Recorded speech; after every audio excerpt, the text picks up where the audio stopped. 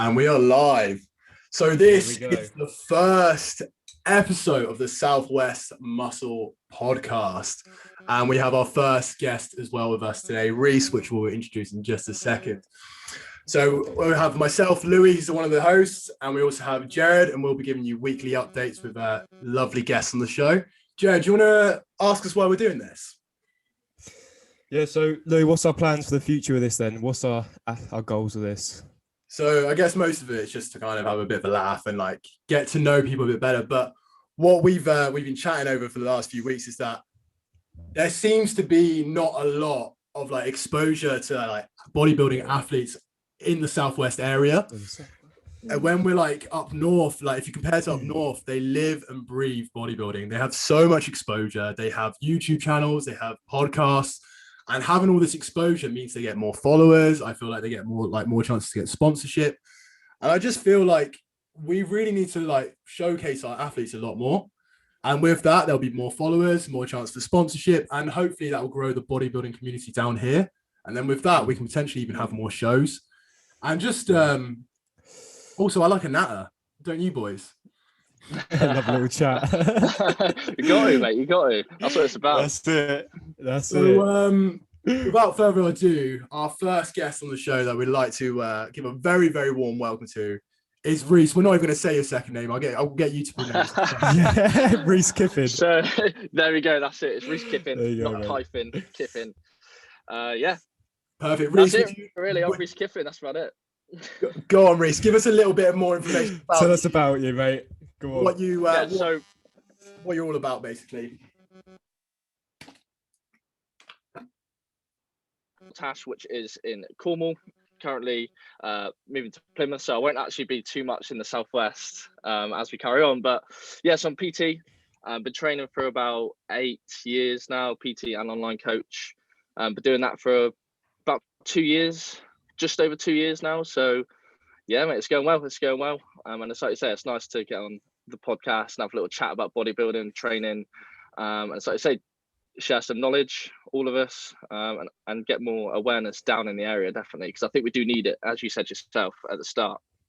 Yeah, 100%. Absolutely. That's nice. What first got you into bodybuilding then, Reece? What was the main thing that got you into the sport? That's the thing. So I started training pretty young. I started when I was about 14 years old, and obviously at the start, I wasn't going, right, I want to be a bodybuilder.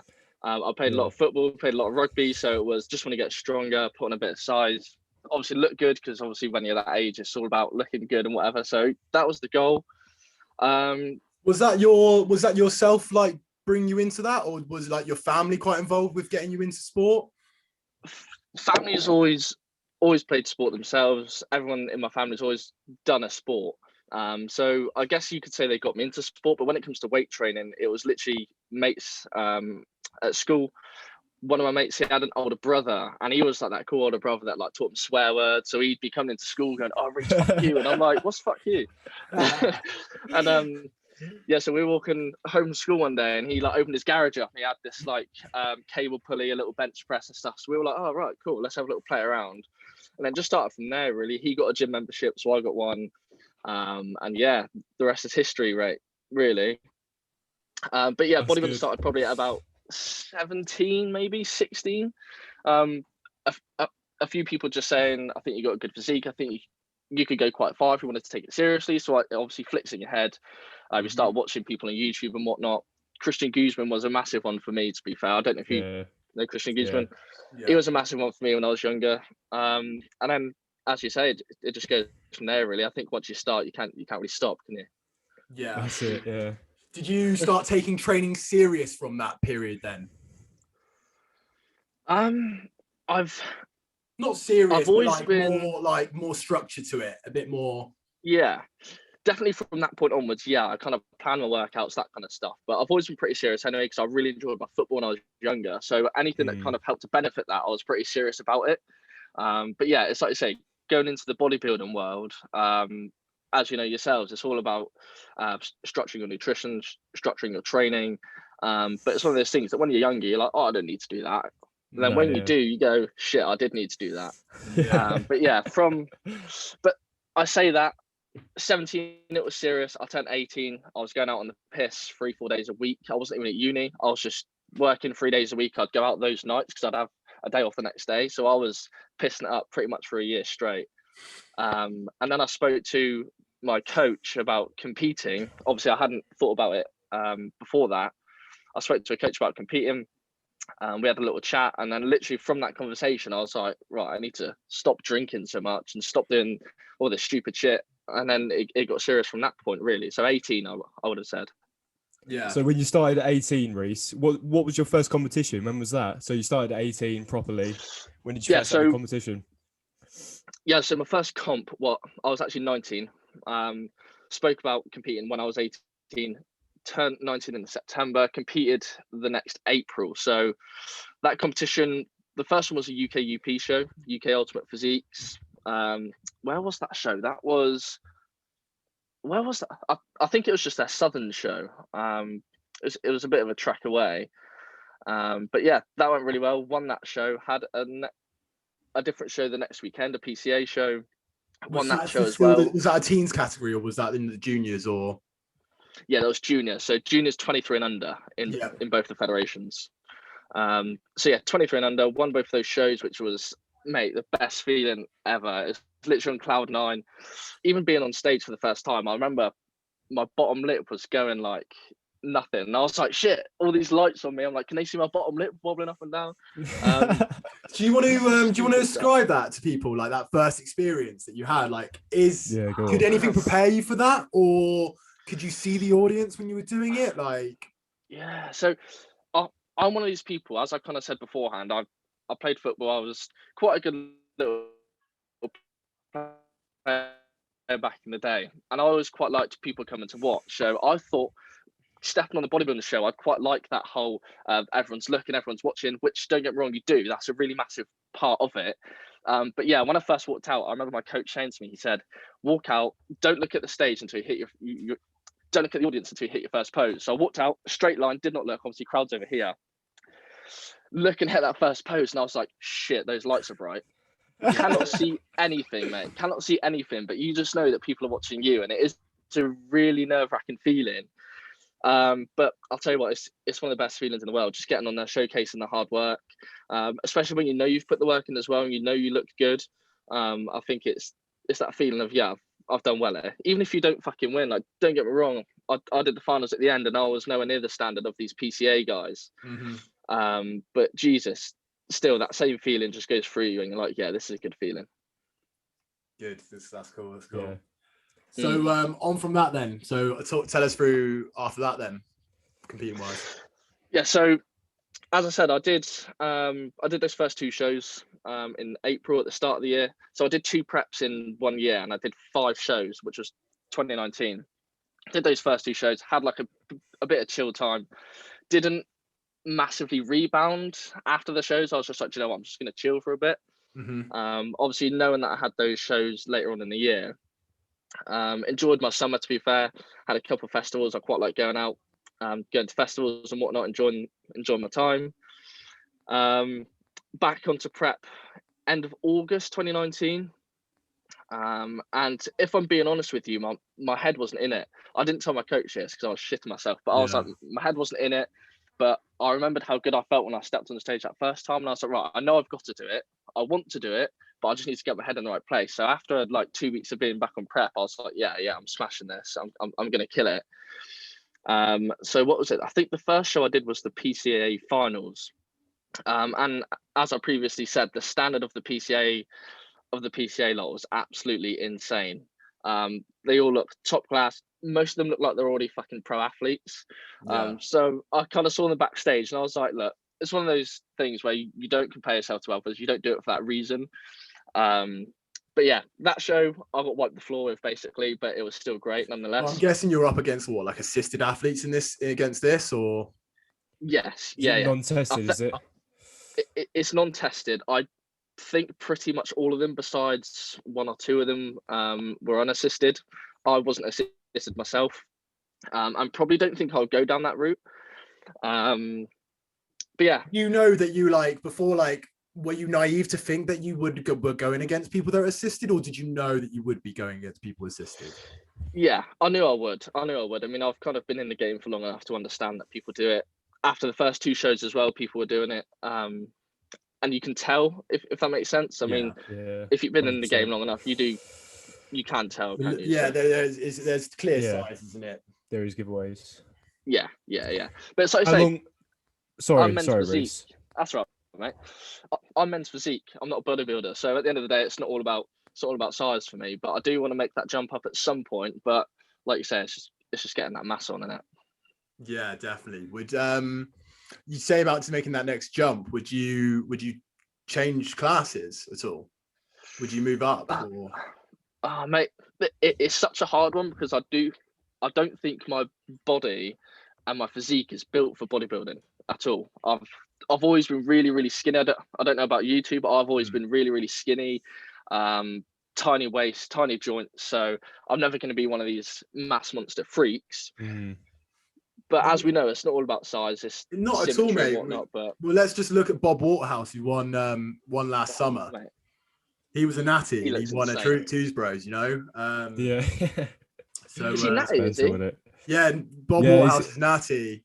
Bob Waterhouse is the one that got the IFBB Pro card, didn't he, Louis? Yeah, he did. Yeah. As a natural, he was the first one, isn't he? Yeah, he looks insane. Funny enough, I actually was coached by him for like about a month. Nice. A month? Yeah, it just wasn't, like, no offense to Bob, like, at all. And I think he's like a fantastic physique, and he's like obviously world class, and what he does works for him. But it just wasn't working for me at the time. Like, I got put on a very generic, like, I don't want to be rude here at all, but it was a very generic program, and it was like a set meal plan where I was eating like steak and beef 3 times a day, mate. And I just couldn't, it wasn't working for me. Nah. So, but for some people that might work, but for me, it wasn't working. And at the end of it, I was getting to the point where I nearly cried in a session because I was not liking training anymore. And really? The biggest thing for me is it's always about loving training. That's always what it's got to be about. And that's what got us all into it. And that's what keeps you in it. And I think if you lose the love of training, then you've got something wrong. Like, there is, like, especially as I've been in it for I've been involved, like, had such an influence of bodybuilding in my life. I thought, this is something wrong here. I'm hating this. Yeah. So I made the switch. But yeah, like, you obviously natty wise, you can do well. Like, there is genetic freaks out there, but I would definitely say you have a very good physique for your category. Or men's physique, yeah. Absolutely, like the shoulders and the slim waist, and it's you see like Josh Bridgman now, and, like, you know, all these and Brightman, and how big they are getting in physique, and they're not even going into classic yet. Do you know what I mean? It's crazy. Yeah, mate. I have this conversation on probably a weekly basis with a few people, but it's hard because you can't say it frustrates you because that's the way the industry's going. But, mate, they're just bodybuilders in board shorts. Like, come on. Josh Bridgman looks insane, doesn't he? Josh at the moment. Yeah, He's just looking mental. I do think the borders are getting stretched a bit too much with it. And it's making it almost, I think men's physique is going to have an issue at some point of, like, how far it can go. But then could you not say men's physique, everyone's got to stay natural? It's an athletic look. It's a downsized look. We're not trying to be mass monsters. We're not trying to be bodybuilders. If that's what you want to do it. Be a bodybuilder, be a classic physique competitor. If you want to be a men's physique competitor, be a men's physique competitor. Don't be a bodybuilder. Do you know what I mean? Would you, to counter that, would you go to, like, more just stay on the natural shows? Like, go with the UK DFB or something like that? Or that's the thing, because I definitely do want to do a natural show just to see the standard, but I think we all know the standard isn't quite the same as an untested show for obvious reasons. Absolutely. But they just don't get as much recognition. Like, we got guys like Keefe West. I don't know if you guys follow him. Yeah, Chris. Yeah, animal. Mate, Yeah, absolute nutter. Like, but there's something in just his don't get water, the same mate. There is recognition. something in there. He's It's like just put in ivory, isn't it? 7 plates, isn't he? Oh mate, For he's a reps. nutter, man. Yeah, he's a nutter. You know what? He just doesn't even do like proper deloads or anything No, either. he doesn't do anything, does he? Mate, I'll tell you what. He I hardly don't takes think a I've rest ever day either, does he? No, Yeah, he doesn't. go on, Reece. I don't Anyway. think I've ever done like. Yeah, sorry. I don't think I've ever done like a proper structured deload. To be fair, you have your weeks where, or at least I've had my weeks where I've gone in and gone, yeah, I'm feeling achy, I'm feeling tired. I need to have a easier week, but I never go right. I'm gonna have a deload this week. I'm only gonna work at 60%. It's just something that I've never really done. I always could just kind of play it by ear, if I'm honest. I don't know about you guys. What do you do? So there's no structured time for when I do my own ones. It's basically goes on how I'm feeling. Like I know when I need to pull back, because obviously I'm running the gym, I'm doing this, I'm doing my coaching as well as that. And then I think I pick up stress quite easy, but I telltale signs with me, mate, is my libido, my sleep, and I just generally feel more anxious. And for me, I need to take those deloads. Like I don't actually I think deloads aren't the be all and end all. I think maybe doing a devolume week is potentially better. Yeah. And seeing how that runs with me. And then if I'm still absolutely wiped, then maybe I'll do like an actual deload and like have 3 or 4 days off. Yeah. But I try to get away from that as much as possible, because taking that amount of time off, it takes me a hell of a long time to get back into the swing of things. Like it takes me almost 2 to 3 weeks to get back into a rhythm again. And that's time wasted, mate. And bodybuilding is a time game. Like we don't have a lot of time, especially for me at my age, mate. Like I'm 27. Like I want to do my first show next year, and I don't want to be wasting time all the time. And also I hate not doing anything. I can't not do anything.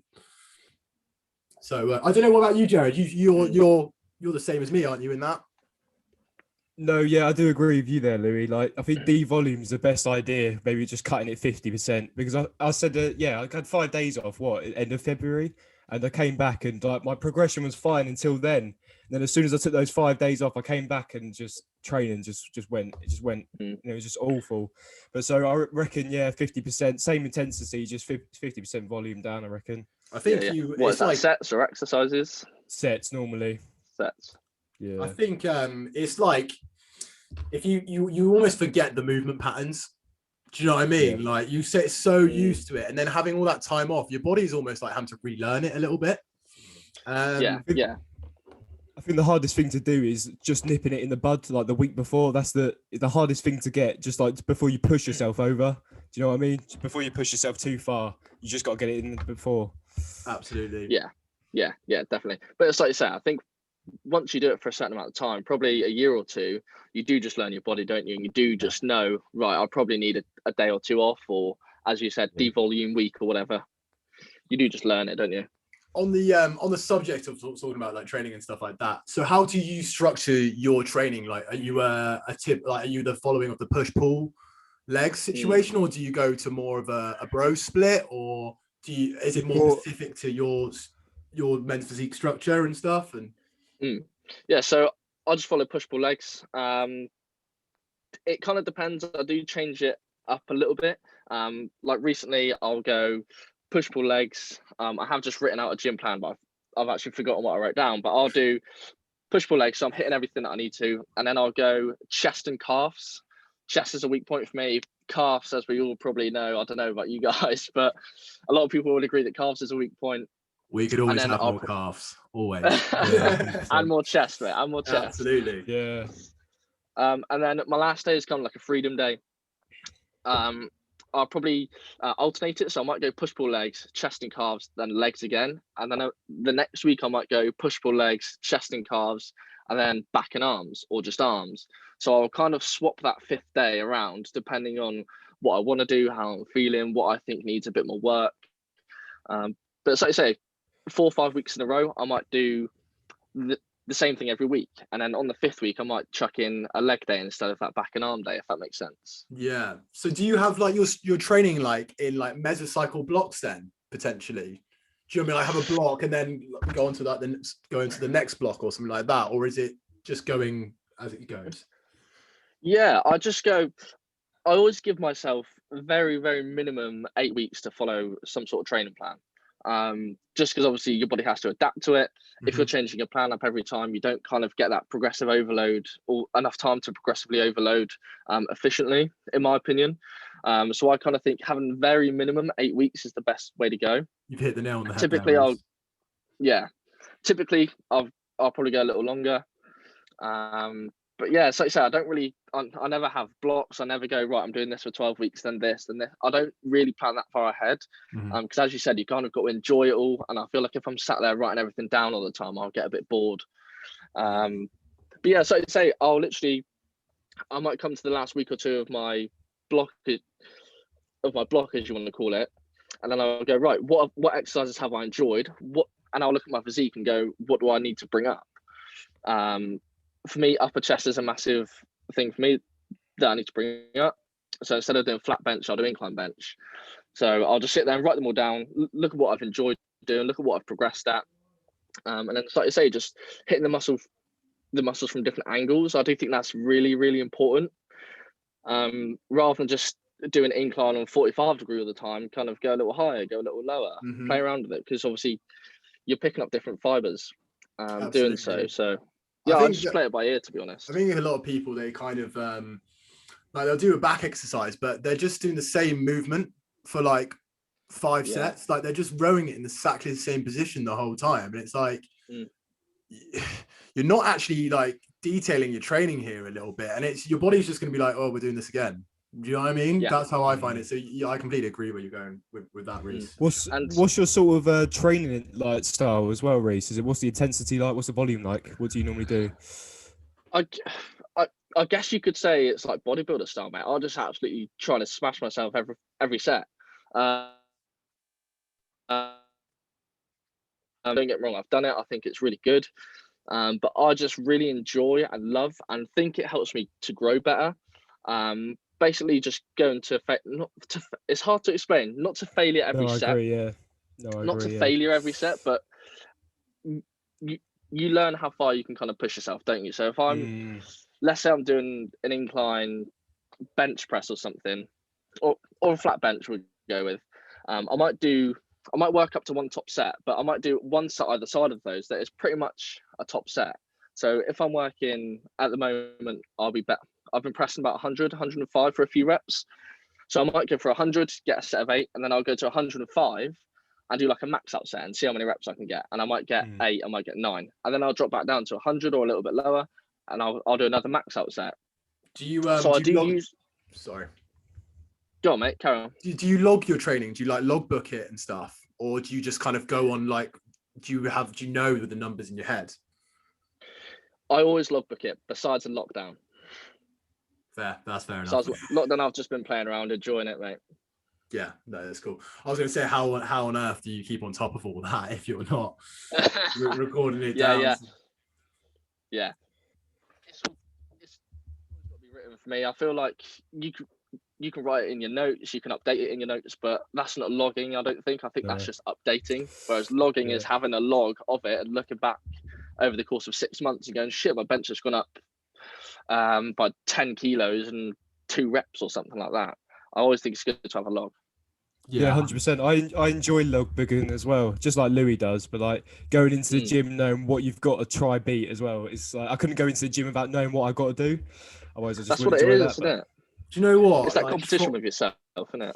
Trying to convince people to do it at first, it's like you're teaching them to learn how to make the wheel. Like they are so anti it, and they're like, well, why do I need to do that? I'm not carrying a book around the gym with me. Yeah. I'm like, what? Why not? It's I think it's essential, mate. Like you said, it's a battle with yourself every week, isn't it? And like also like I do this, and I'm sure you do this, Jared. Like I put things like if I've had a bad night's sleep, I'll put that in my logbook. Like if my digestion's poor, I'll put that in the logbook. 100%. If my starting weight for that day, I'll put it in there, because I know if I go back to that and I'm like, right, I had a really bad session last week, my digestion was all over it, I'm gonna absolutely smash the fuck out of this now. it just keeps me on it. It should be there, and like I don't think I'll ever throw them all away. To be honest, I've got a few stacks of them now. To be fair. Yeah, your loft will be full of them when you're older, mate. This is it. What's this, son?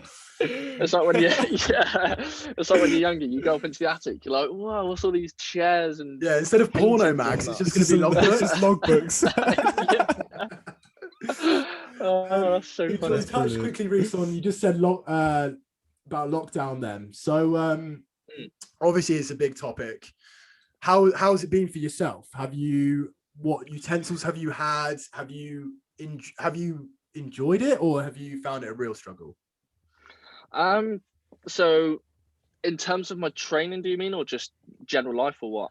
So like general life and then training as well as. And then training afterwards. Okay, so general life wise, I mean, I think we're all kind of in the same boat where it's not the ideal situation, but you have to adapt to it. You know, it's the law at the end of the day. You kind of have to deal with it.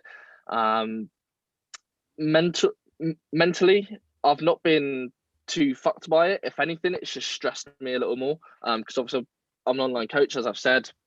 A lot of people don't want to be training or want to be coached in a time like this because money's low or whatever. Obviously, that affects us in the coaching industry. Yeah. So in terms of work, I've probably been working more than ever for the smallest reward. But there's positives. I do feel like I'm quite a positive thinker, so there's always positives you can take away from it. It's not going, fuck me, I've worked all this and I've only earned this much, because at the end of the day, it's not about that. It's, fuck me, I've worked all of this in lockdown and I've still managed to keep my business afloat. Like, wow, hats off to myself, kind of thing. Yeah. And so I say, it just kind of builds up that resilience and shows you what you're capable of, no matter what kind of situation you get thrown in. So there's definitely positives. Training wise, as I said, it's been good. Most of my numbers have been going up still. I'm quite lucky. You can see now I'm in a room, but this is actually an annex in a back garden, and literally through next door to me is literally a home gym. So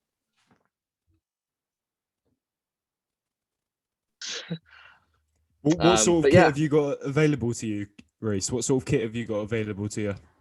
So we've dumbbells, adjustable barbells, a little bench, pull-up bar, and that's pretty much it, to be fair. It's all just been free weight stuff. I've been loving it. Yeah, I've been loving it. Yeah, and this is another thing as well. I'm taking this into the gym. Like I've said to a lot of my clients as well, that I will be keeping pretty much all the training plans free weights, and I'll give you a little bit of freedom at the end of your session to chuck in a machine or two at the end, because you can make amazing progress with free weights. And I do feel like if you can adapt to free weights and use them effectively, then your physique is gonna grow a lot more than if you're to sit on machines. Yeah, absolutely. Like if you look, even if you, like we talked about with Kyffin earlier, he has very limited material, and look at the absolute size of him. Like in the basics, he just does basics today.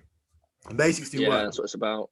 We're kind of, I do think we're almost spoiled a little bit with it, like before, like lockdown and stuff like that. And I think people don't realize that, you do need to, at the start of your training, learn those basic and those fundamentals, get very, very good at them, and then transfer those across onto like a row, your seated row or whatever, or your pec machine or whatever. You know what I mean? Yeah. At the end of the day, I think they should be used as accessories. I don't get me wrong. As you said, I think we are spoiled with them. In the gym I work at the gym, pretty much every single bit of equipment you can ask for is in there, but you don't need it. All they should be used for, I kind of think of it now as like a supplement. You don't need your supplements like your protein powders, your creatine, whatever. You don't need it, but it's a really good tool to use to kind of take it that next step further. So I might do my bent over rows, my deadlifts, my pull-ups. Then to finish my back off, I might do a chest supported row because it's just fully isolated my back. So yeah. So are you more into using the basics then, Reece, than like machines? Would you take like a barbell squat over a pendulum or a hack, or? 100%, mate. 100%. I love squatting. Yeah. See, I enjoy squat. Well, I don't mind squatting, but for me, if I'm going to hit my quads, I'd take a pendulum and a hack for myself, just because I can just totally isolate my quads more. Yeah, for sure. I know, Yeah, I sure. don't know like, Louis. What mate, about like, you, Louis? I'm quite, mate, I'm a little machine whore, to be honest. Yeah, same here. That's a I think that's because I think it's because I'm like now like, I'm a gym owner. Yeah. Like I buy those bits and I'm like obsessed with kit. Yeah, So, yeah. Oh, that's cool. We just got a little reward from Zoom saying we've got rid of our 40 I was minute going to time say, thing. I just got that then. I didn't know if you changed them in then. yeah. I do. Obviously, the podcast is going down a treat. So There we Yeah, go, they want more. They lads. want more. So no, for me, Reece, like I'm a horrendous squatter. I'm not gonna lie. Like I just don't get on with the movement pattern very well. I'm like 6'1". Not saying that like tall people can't squat, but it's not ideal for me, and I just don't get a lot out of it. I use a lot of my glutes and a lot of glute work from it, and so it doesn't really target my quads. So for me, then I have to use a hack or a pendulum. Like I'll be honest, mate, my legs are, as Jared knows, are like my very weak point. I had like 2 knee operations when I was younger, and from like rugby injuries. So it's just trying to get back to. So for me personally, a pendulum and a hack just isolates it, and I get on better as well. And also like with my knees as well, it just feels better for me. So what I was kind of going to say as well is kind of on this topic, as well as on the topic when we were talking about my training, was what I like to do as well is kind of circulate things out that are similar movements. So I might be squatting for 8 weeks, and then I might swap that out for a leg press. Mm-hmm. Just because it's a similar movement, but it's obviously just going to hit you in a slightly different way. So don't get me wrong, I love machines as well, but as you say, it's just because of lockdown. I've kind of gone, do you know what? I'm just going to stick to free weights and just see how it benefits me, mate. And the thing is, mate, like at the end of the day, once you've had your run with that and you've got bored of it, then you've got everything to play with, haven't you? Yeah, exactly. And you're not going to be busy fucking waiting for everyone's machines, are you? At the time the gym's being open. Yeah, it's because I'm going to put all my clients on free weights, and I'm going to be using all the machines out there. Yeah, so if you're in the gym, everyone's going to be fighting over the barbell, and you see people squatting and stuff, you know they're Reece's clients, all right? Yeah, all you got to do is look at Keithy West. Bench and deadlift, and so obviously basics work at the end of the day. 100%. So with this, then obviously, like with your business going well and stuff, do you think you'll miss lockdown in a way? Like, do you like? Because obviously, like now you're gonna go back to PTing on the floor and stuff. Like for me personally, I see that as like, whoa, that's so many steps and all that, and me, like, and all that. So how do you cope with that? And then, like I said, will you miss the lockdown in a way for that? Yeah, so I'll definitely miss lockdown because I've had a lot of time, and I've put a lot of that time into the business itself and improving my service, especially online, obviously. So that's where a lot of my focus has been. But as you said about the steps, I did say earlier about I've always been really skinny, I've always been really lean. So I'm one of those typical like hard gainers, can't put on or finds it hard to put on body fat. So I'm there in the gym working, eating about 4,000 calories a day, training hard, but I'm literally maintaining, if not losing weight. Whereas lockdown, I've been smashing the calories in, sat on my ass pretty much all day, besides when I go and train, and I might go for a walk. I might go for a walk a couple of times a week. And mate, I've been putting weight on. I've been absolutely loving it. So in terms of my progress and actually gaining size and gaining muscle has been more effective in lockdown because I haven't had to do as many steps. Totally. But I miss PT and I miss seeing people. I miss talking to people. I miss the whole social side of actually going to the gym, and I do love my job. I do love PT. So, like you said, it's finding that balance, isn't it? I think if like we could PT, like, because I'm a so similar position with you, mate. I find like I'm nearly doing like 20,000. I'm not doing 20,000 steps a day, and it just kills me, to be honest. Like you said, I find it hard to gain weight because of that. If we could just be on a wheelchair and just going around, mate, we're gonna have to. It'd be perfect, wouldn't it? Yeah, mate. I think that might be the next step. I was trying not to break a laugh then. Get the gym group to get you some wheelchairs, some personalised wheelchairs. Why don't we sack that off and make that ourselves? The Southwest Muscle Podcast wheelchairs. Wheelchairs. I like it. Imagine, I like it a lot. mate. Imagine. Oh, and he'd have huge arms as well. Yeah, There you go, mate. A few triceps there. patent that right now, boys. I'll go on No, yeah, AliExpress and start ordering some wheelchairs then, yeah? This is it. This is it. Yeah, Yeah. that's it, mate. Get down there. So I remember you saying, Louis, you did, was it like 22,000 steps the other week, and your leg day just went to tits the next day, didn't it? It was horrendous. I did, yeah. Don't do loads of steps and then try and do a savage leg day the next day. It just doesn't work. It takes away. And I think that's the issue. So I've said to myself now, like, Louis, you just need to sit down. You're in a gaining phase now. You need to have your steps to a maximum of 12,000. But I like you said, the social aspects of PTing, and then you see someone in the gym, you go and say hello to them, and I can't believe how many steps you can do on the floor, on the gym floor. I find it absolutely mind-boggling. As well, it's not just steps. It's if my client's here, I'll go, oh shit, 2 seconds, mate, I'll go and grab those dumbbells for you, and I'll walk across the gym and get them the dumbbells, and I'll bring them back, and then I'm like, right, I'm going to load your bar for you. I'm moving 20 kilo plates onto the bar all the time. So it's your neat at the end of the day, isn't it? It's all these small movements. How do you that just builds up. If you have a competition, then would you take a back seat from the PTing potentially? That's a hard question because I've not been in that situation just yet. I did compete kind of as I started work in the gym, but I wasn't very busy at the time because I was just starting. So it's a hard one. It's a bridge I'll have to cross when I get there, because I don't know if you guys have like prepped yourselves or done like a trial prep or anything. But yeah, you turn into a right aggy little bastard as well, and I wouldn't want to be shouting at my clients. I just had a mini cut, and I've just literally was like the last 4 weeks I was just miserable. Honestly, I dread to think what it's going to be like when I prep. Honestly. Yeah, it is those last 4 weeks though that it really starts grinding your gears. So it's like you say, even up until that point, or it's just cutting the hours down, or I don't know. It's finding that balance once again, isn't it? And I guess you don't know until you do it. Unless you do like all your clients potentially in the AM, and say like, right, everyone's got to be done by 12 p.m. and then for you that's just chill time or train time, and that's it. That's the only way I could maybe get around that potentially. But obviously PTing, mate, like you're there only hour, aren't you? You know, it's a tricky one. Yeah, it is a tricky one, but at the end of the day, it's one of those where it's that work-life balance, isn't it? And if it's a hobby, if it's something that you want to do and you put your all into it, then I'm sure, especially if it's related to your job, I'm sure your clients aren't going to think you're a dickhead for stop it or cutting down the PT after 2 weeks. Would you go on from PTing to potentially becoming an online coach just in full whack instead of?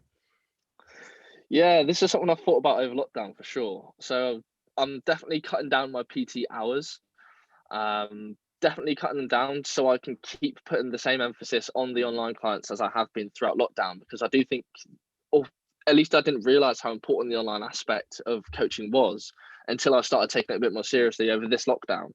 It was literally just this lockdown as well. The first one, I was still working, but not as effectively. The second lockdown was only really a month, wasn't it? Yeah. But yeah, this lockdown, I was like, right, I need to go on it a bit. So I did hire a mentor. He's been helping me for the last couple of months. We've picked things up. And as I say, I've not really learned how important it was until now. So I'm definitely putting more emphasis into the online coaching and just cutting down the PT hours. Definitely. One more before Jared gets one in. This is my last one on that. Go on. Do you think it's important for yourself as a coach to have a coach and a mentor? Or coach or a mentor, basically. So at the end of the day, I'm investing in myself. I'm investing, just like my clients are investing in themselves hiring me, I'm investing in myself and my business hiring someone else. When it comes to me hiring a coach, that was just that was just so you have the second eye, takes away the stress, stop putting pressure on yourself and all that kind of stuff. So that helps a shit ton. And hiring a mentor, once again, it's that thing of it's just investing into yourself, into your business. If you care about your clients and that kind of stuff, you should probably do so, because there's always going to be something to learn, even if you think it your mentorship was shit or whatever. There's always going to be a takeaway, no matter what. Anything you do, there's a takeaway, a positive takeaway. Yeah, 100%. Luckily, mine's been really good. I'm not saying it's been bad, because it hasn't at all. It's been amazing.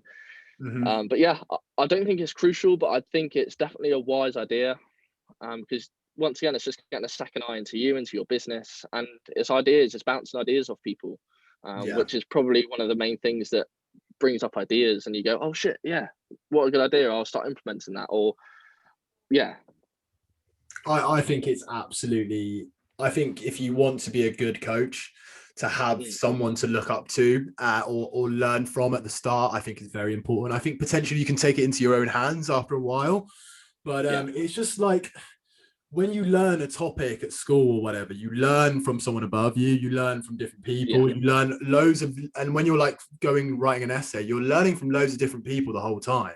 And then you're putting your own, your own vice on it.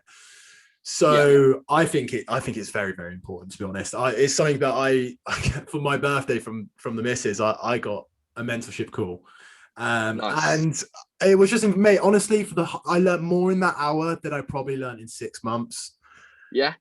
Because it was definitely. just no holds bar, talk about absolutely everything. And I feel like it's helped me level up a little bit more. Do you know what I mean? And that's what it's all about. It's about improving yourself. So yeah, definitely. 100%.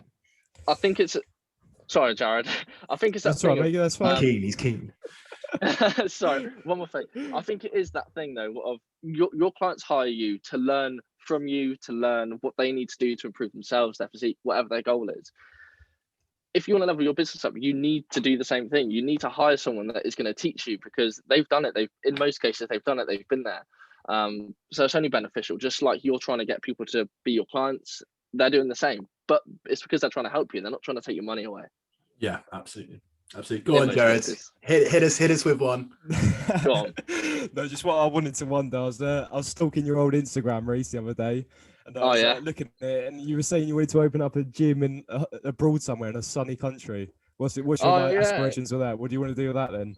Is that your goal for the future? Yeah, man. Yeah, it's definitely a goal for the future. It's nothing.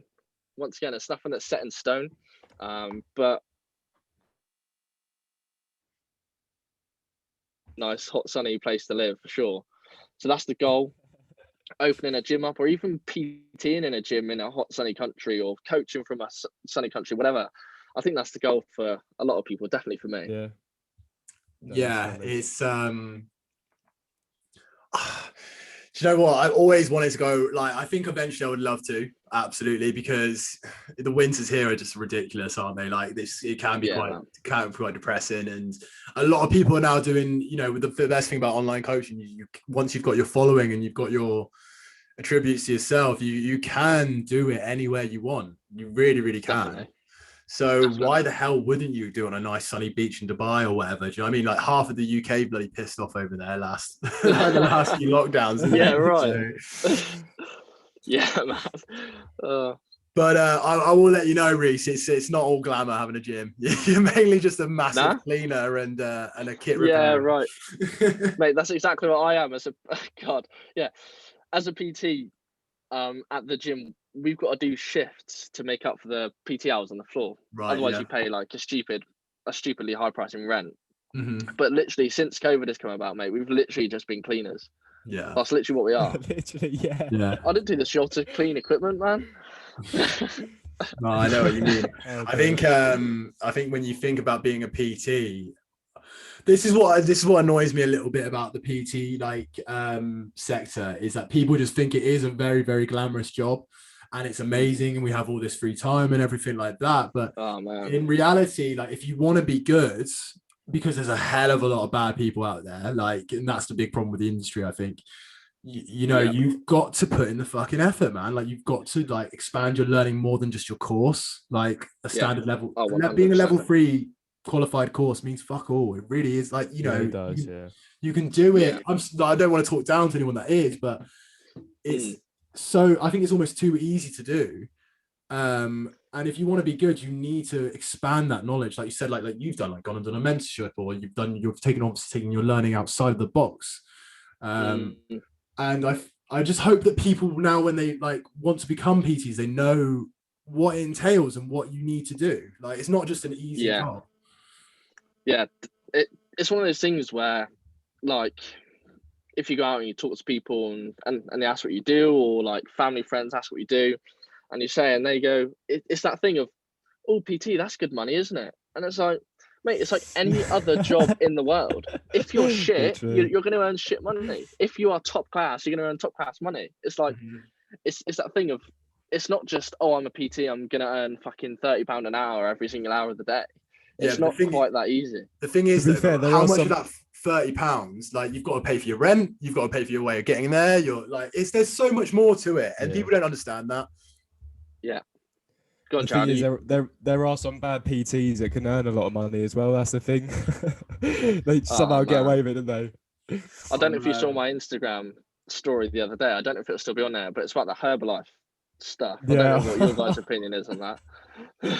You know what, mate? How the hell is that still going on? Like, it's just mad, isn't it? It absolutely baffles me. Yeah. Wait, isn't Cristiano Ronaldo their like fucking main ambassador or something? Yeah. What?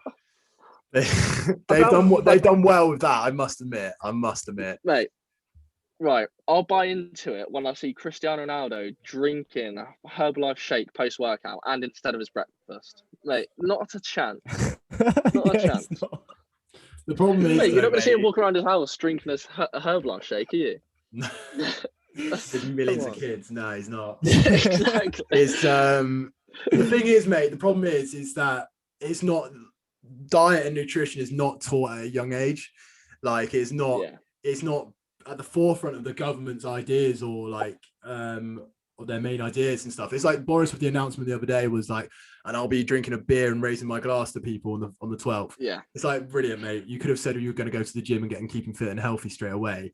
Like, if they teach this, if they taught that at school, then there wouldn't be a Herbalife. There wouldn't be a bloody like Trisha selling Nutrifast or whatever, or something down the road. You know what I mean?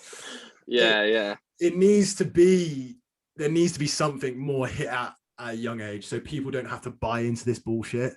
Definitely. But then, oh man, I think a lot of the time as well, parents need to look after their kids, man.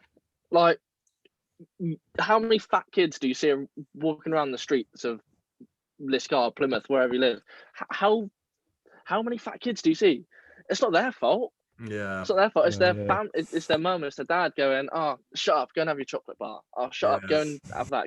Right, eat all your tea, and then you can have a chocolate bar." It's like, why don't you give him some fruit? Like, reward him for eating his tea. Like, I know at the age you're like, "Oh yeah, chocolate. I love it," but as an adult, as a parent, you should know that that's not what you should be feeding your child. And then when it grows up and it's overweight and obese and, you know, got heart disease or something, that's the parent's fault, man. Yeah, it's sort of, it's what you grow up with, isn't it? It's how you've grown up with as well. You are a product of your environment at the end of the day, aren't you? Massively. So it's hard. What would you, if you could say something to Parliament or like to Boris or whatever, what would you say needs to be done then, Reece? Good question, man. That's quite a big one. I'm sorry, I've left you a big. Yeah, I've dropped me in it there, bro. no, that's sad. I think you said yourself about the Boris saying he's going to raise a glass to all this whatever crap. More emphasis needs to be put on the health sector. All of this whole coronavirus thing has been based around, if you are unhealthy, if you're overweight, you're going to get impacted the most by coronavirus or whatever other flus there is out there. Exactly. Why not put more emphasis on the health sector, on gyms, on training? Why not push it? Why not advertise it instead of fucking talking about pubs all the time? People want to go to the pubs because it's fun, whatever, but it ain't good for you. The gym's just as fun if you can get into it, if you can enjoy it. I know it's not for everyone, don't get me wrong, but everyone should be doing something to help benefit themselves. It's going to help their families because they're going to be healthier and they're going to influence their family to do better things with themselves. Mate, it's a cycle. And I think once people start, it is hard to stop when you see progress anyway. But more emphasis needs to be put on it, even in schools. You would have thought with what's happened that they would have like kind of opened up a little bit, to like opened their eyes a bit more to it, and thought, actually, we need to really hang on, like go push this now. But it just seems like nothing's really come of it, which is it's almost like it's a celebration now, isn't it? Yeah, it is a celebration. Don't get me wrong, I'm fucking happy everything's opening again, but I don't want to go and celebrate down the pub with Janet and Jill and whoever else is elderly and might die if I give them COVID. Like, do you know what I mean? Yeah. Bloody Janet and Jill. Janet and Jill, bloody hell. My mum's called Janet. You're not taking her out. Yeah, I was about to say, sorry, Janet. No, I won't go near your Janet. Yeah, you leave her alone, mate. All right. I meant Jared and Jill. Yeah, that was it. Yeah, Jared and Jill. So, Jared, did you have any couple more? I've got like one more personally. Did you have any more to say, Jared, at all? Yeah, I've got one more. I just wanted to. When's your next competition? Are you planning on competing again, or that was my one? So. Oh, sorry, I am. That's it. Yeah, I am. I wasn't thinking of it at the start of the year, but now that I've kind of got the ball rolling, I do want to compete towards the end of this year. Whether it will happen or not, I don't know. But I do want to. So yeah, we'll see. Would you? Are you gonna go to a natty fed, or are you gonna go PCA again, or something, or probably both? Any unlocks on this, or? That's all I'll say. Probably both. I do want to do a natty show, 100%, but a bit more recognition goes into the untested shows. So I'll definitely do a selection, I think. Do you know what, mate? I think the Natty Federation, is getting bigger, and it's coming back a bit more. So definitely. You know, you say that like you might not get as much publication from it. Obviously, you won't as to a PCA show and stuff, but it's definitely coming up, man. And it'd be nice to get on the movement, and hopefully, if it became more and more definitely common with people, that if you were a part of that movement, definitely. And it's one of those things where, but by publicity as well, I don't mean because I want them to post a photo of me on their page. It's just because, obviously, if you go to a less public show or whatever, there's not going to be as many people competing there. So there's less competition. Whereas these PCAs, these UKUPs, bit more popular, so there's more competition there. But as you said yourself, you've got to join the movement to make it move, haven't you? So. But yeah, I see where you're coming from, though, mate. Because at the end of the day, not the reason why you compete, but the big benefit of why you with competing is it gives you attraction, and it furthers your business. So if you do well at a PCA compared to if you did well at a natty show, you're going to get more from that PCA show, obviously. So I completely understand where you're coming from. But it's like you say, at the end of the day, it's for fun at the end of the day. So standing on a natty show, I think will be just as fun as standing on not natty show as such. Yeah. So do you know what? I'll finish off with some light-hearted go on. A little bit of banter. All right then. Go on. So would you rather always have right, hang on 1 second. Would you rather always have bad gas or really or a dry mouth? Always have bad gas, because I've got that anyway, bro. Yeah, that's what I was going to say. Protein, man. I agree. Could you not just diet. Yeah, but filtered pants and stuff like that then, and you've got that gas and it happens sometimes when you squat as well, doesn't it? Well, it does, yeah. Mate, do you not go to the toilet before you squat? Mate, as soon as I take that pre-workout, I am on that toilet, mate, every time. Yeah. Yeah, it's straight away. Can't control it. Okay. Would your only mode of transport rather be a donkey or a giraffe? Or giraffe. I'll go with giraffe. Donkeys giraffe, definitely. Yeah, they're basic, I think. They are definitely. Basic. I ain't no basic bitch. What? All right. I can't remember how it goes, but would you rather fight one massive horse-sized duck or 100 duck-sized horses? Oh man, was it duck-sized horse? Yeah, I'd go for that. What? One big off duck. Yeah, one big duck. Yeah. I'd go one big off duck, mate. How would you take him down? I was gonna say, Well, they've got legs, haven't they? They've only got skinny little legs. I wouldn't go in the water if I was you. Oh shit! Yeah, yeah. He's got to come on land, man. No, I So agree you with go that. for the big old duck then, would you? Yeah. On land. All right then, that's fair. It's a clever shout. I think that's clever. What about yourself, Jared? No, I'd do the same as Reece, mate. Otherwise, was it 100 sized duck-sized horses? No. Yeah, they'd fuck you up. It's quite a few, mate, isn't it? They'd be fast as well, wouldn't they? Yeah. You couldn't fight them off, really, could you? You get a couple of kicks. No, mate, no chance. No chance. Mate, they'd be chomping at your ankles. Yeah, you'd have to go for the big freaking big duck, wouldn't you? Yeah, mate. It's like that killing that last master on like a mission, isn't it? yeah, exactly. The boss. Yeah, the boss.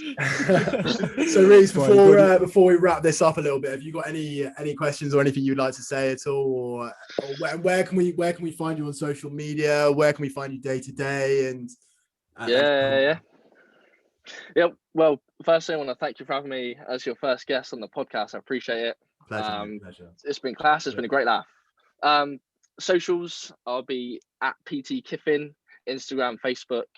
As well, I will give one shout out to my clothing line as well. Yeah, go on, man. My mates founded it. We're called Gymstinct. I've got a hoodie on at the minute for Gymstinct. Like you say, we're not just a standard clothing brand. We kind of want to get a message across that actions speak louder. We want to kind of push that movement. It kind of says it itself, actions speak louder. Another one that we kind of try to push as well is get shit done. Our kind of motive is that when people put on like a Gymstinct jumper or Gymstinct tee, that we want them to get them into that mindset of, right, I'm going to get shit done today, whether it's with your training, whether it's with your business, whatever. It doesn't have to just be gym related, although it has it in the name. Yeah, that's about it, man. I think we need to get some teas, don't we, Jared? I think we should, mate. We should invest in some, shouldn't we? Absolutely. Yeah, man, we'll hook you up. We'll hook you up. Reece, you need to come over for a session with me and Jared as well at some point. Yeah, 100%. Sure. Mate. Yeah, when the gym's Definitely. open, which is literally. Yeah, man, definitely. Well, this will probably air on the week, so yeah, be like in a couple of days. So. Yeah. Oh man, I cannot wait. And I'll Really, definitely it's pop good speaking over, to you, man. Reece, mate. That would be brilliant. In fact, really, like Jared just said. Then, honestly, man, thank you so much for being our first guest. Like, we want to get some momentum with this. We've got a few more guests coming on, and it's just a pleasure to have you back us up with this and get it going. And hopefully, we can grow this podcast and get loads more guests and get you on again as well, man, for sure. Man, definitely. Yeah, I'm down for that. I've loved being on here, guys. It's great chatting to you. Excellent, Reece. We'll catch you later, dude. Anyway, thank you guys for listening for our first ever podcast. Tune in for weekly updates and have a little bit of a laugh with us, guys. Thank you all. See you later.